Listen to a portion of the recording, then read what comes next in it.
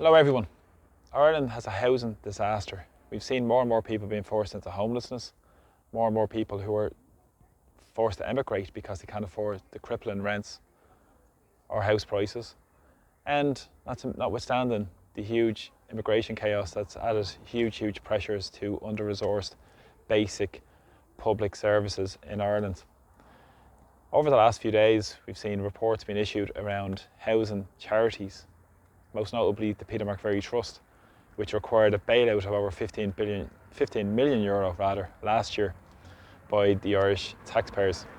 So much of our money has been given and has been outsourced to private providers to provide a roof over the head for people. And it's been a lucrative sector, the NGO charitable sector, to provide accommodation for people. Now, so many people are involved and have supported this for many years because of their basic goodness. But underlying it, it shows the serious issues in our society where they've seen it as charity rather than justice for people to have a roof and a home that they can call their own. As I said, the McVerry Trust, who have a premises here in Harold's Cross. Now, a number of years ago, back in 2021, I highlighted the fact of the disgraceful living conditions that residents were living there for up to 10 years in that property. That was previously owned by Dublin City Council back in the early 2000s. And then, after being in the control of Dublin City Council, it was transferred to the McVerry Trust in 2019.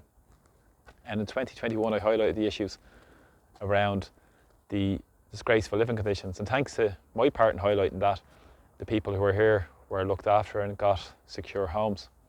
But it was important because it just shows the absolute disregard towards people living at the margins of society who are struggling to access a home. Many people who have come out forced into homelessness because they've been evicted, and many other reasons also.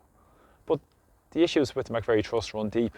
Like a lot of the housing NGO sector, we have CEOs on six-figure salaries. So much public money has been transferred and outsourced into these private operators to provide a basic need and a roof over people's heads. So questions must be asked about the transfer of this property, for instance, from Dublin City Council to the McVerry Trust, because in the light of reports that have come recently around the lack of oversight of this housing NGO, over 140 million euro has been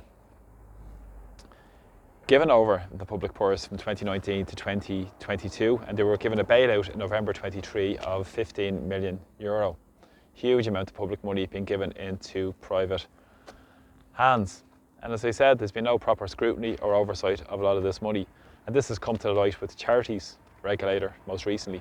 But again, there has to be a proper audit and investigation into the role of these NGOs, because there was an involvement of the auditor of this company who was transferring 9 properties across to the charity, which is a serious conflict of interests. And also as well, we've seen the head of the housing agency who also sold a house to the McVerry Trust charity as well. Now, they currently get 70% of their funding through the state. They're looking for 100% state funding now at the moment. It's just remarkable what's going on in our society.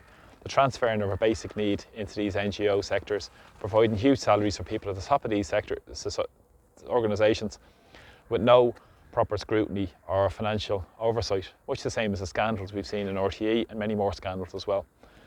Fundamentally, what needs to happen is that there has to be a proper investigation into what's gone on at this organisation and many other organisations. And as well, there has to be proper scrutiny and oversight of our public money through the Controller and Auditor General.